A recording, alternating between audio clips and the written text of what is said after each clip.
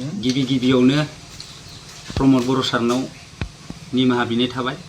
मैयानि मोनाबिलि समनि जिथुनिखि प्रमद सारखौ गाज्रि बिबुंथिजों लोगोसे रायनानै हरनाय एबा गफुर हालामाव फैबा गोदोना मानदोंबा फै होनलायनाय खोथा आरो गाज्रि उच्चारण बाहायनायनि खोथाफोरखौ जाहाथे आं बुंनो सानाखैमोनबाबो बुंफ्रांगारबाय। बेवहाय आंखौ निमाहा होगोन होननानै आं आसा खालामनाय थाबाय सारनिसिम रोजा आरो आं बेबायदि बुंनो सानाखैमोन। आं मा मेलेमै बुंफ्रांखो आं हमदांनोनो हायाखै। आं उनावसो गोसोखांफिननानैनो सारखौ बिदि बुंनाया जोबोद गोरोन्थि जादों साननानै आंनो निजिनो उनाव सानफिननाय जादों आरो बेखायनो दिनै बे चेनेलनि गेजेरजोंनो दिनै बे बिबुंथिखौ सारनिसिम निमाहा बिनानै बेखेवथि हरफिननाय जाबाय।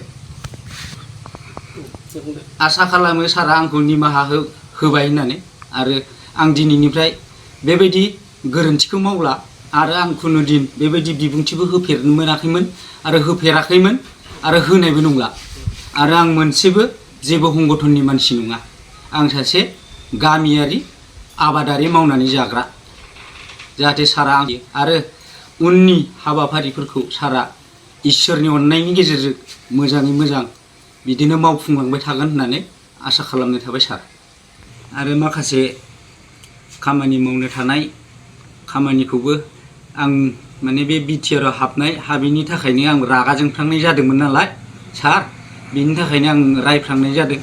बेवहाय जाहाथे सारा बे थालांनाय खामानिफोरखौ लासैनो फैबाय थानाय बोसोरफोराव समफोराव जाहाथे मोजाङै मोजां मावफुंजोबगोन होननानै आसा खालामनाय थाबाय।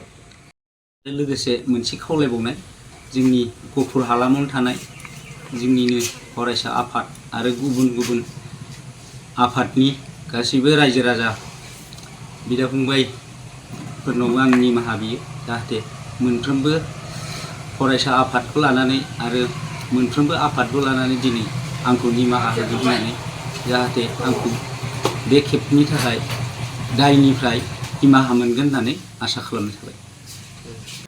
बङाइगाव मेरिडियान किया मटर श'रुमा नोंथांमोननि थाखाय लानानै फैदों बाम्पार अफार।